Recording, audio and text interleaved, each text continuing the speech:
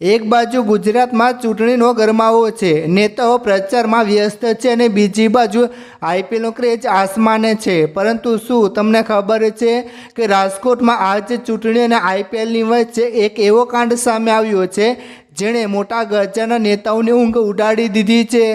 જી હા મિત્રો, એક હાઈ પ્રોફાઇલ રેડ અને એમાં નામ ખુલ્યું એક એવા વ્યક્તિનું જે જાણીને તમે પણ ચોંકી જશો. કોણ છે આ નેતાનો પુત્ર, કેવી રીતે ચાલતું હતું આખું નેટવર્ક, જાણવા માટે વિડીયોના અંત સુધી બન્યા રહેજો.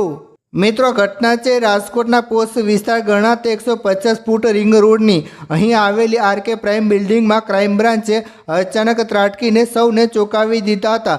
પોલીસને બાતમી મળી હતી કે કોપીસની આડમાં કરોડોનો આઈપીએલ સટ્ટો રમાઈ રહ્યો છે. જ્યારે પોલીસે દરોડો પાડ્યો ત્યારે ત્યાંથી જયદીપ જાદવ અને દર્પણ બારસિયા નામના બે શખ્સો રંગે હાથે ઝડપાઈ ગયા હતા. તેમની પાસેથી મોબાઈલ, લેપટોપ અને સટ્ટાના સોદા લખેલા આખો ચોપડો મળી આવ્યો હતો. પરંતુ અસલી ખેલ તો હવે શરૂ થવાનો હતો.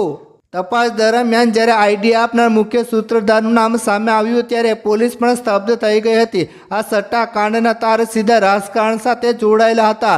આ કેસમાં જેનું નામ મુખ્ય આરોપી તરીકે ખુલ્યું તે છે વત્સલ સિંગાળા. હવે તમે કહેશો કે આ વત્સલ સિંગાળા કોણ છે? મિત્રો, વત્સલ સિંગાળા એ રાજકોટના વોર્ડ નંબર 7ના આમ આદમી પાર્ટીના ઉમેદવાર પરેશભાઈ સિંગાળાનો પુત્ર છે. જી હા મિત્રો, તમે સાચું સાંભળ્યું. જે પક્ષ ઈમાનદારીની વાતો કરે છે એમના જ ઉમેદવારનો પુત્ર હવે પોલીસના ચોપડે વોન્ટેડ છે. પોલીસના જણાવ્યા અનુસાર વત્સલ જ આ સટ્ટાને આઈડિયા આપતો હતો અને આખા નેટવર્કનું સંચાલન કરતો હતો. મિત્રો, રાજકોટના ડીસીપી જગદીશ બાંગરવાએ આ મામલે મોટો ખુલાસો કર્યો છે. તેમણે જણાવ્યું છે કે આ કોઈ નાની મોટી રમત નથી. પકડેલા આરોપીઓમાંથી દર્પણ બારસિયા તો જૂનો જુગારી છે, જેના પર અગાઉ પણ છેતરપિંડી અને મારામારીના કેસ નોંધાયેલા છે.